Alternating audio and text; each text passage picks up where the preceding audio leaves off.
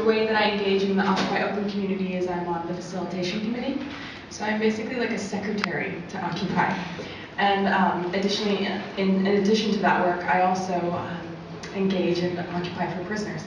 And if you hadn't seen that or participated in it this last Monday, we had a demonstration in front of San Quentin, which was to raise awareness about the issues facing currently incarcerated people, and now people on parole or in detainment centers or in juvenile halls. It was just a phenomenal demonstration. We had about 1,000 people there, and it was beautiful. One of the most diverse demonstrations that I've seen to date, being engaged in Occupy Oakland. And diversity on many different, many different indicators of diversity, not just age or race or gender, but also socioeconomic class, immigrants. It was a really exciting day.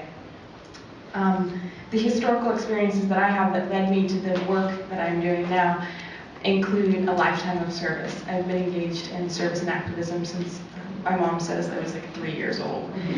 And yeah, which wasn't easy for them, right?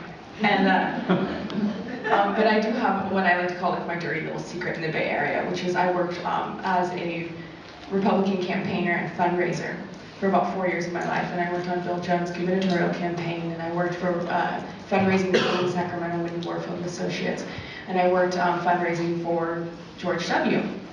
And then I came out to the Bay Area. Oh, actually, I should say that those experiences are the experiences that radicalized me. Because I actually was sort of seen as this like apprentice and was invited into all of these meetings and got to see how money and the elite are running our country, and was just completely brokenhearted by that. So I had the privilege of going to school at UC Berkeley and having a peace and service fellowship and engaging in many different forms of service in the Bay Area.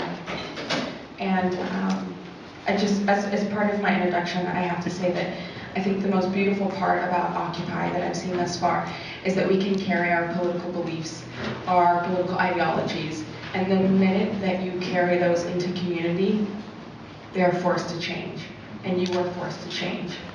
And it's not always comfortable, but there are beautiful transformations that are occurring in our communities, and that's what I'm most excited about.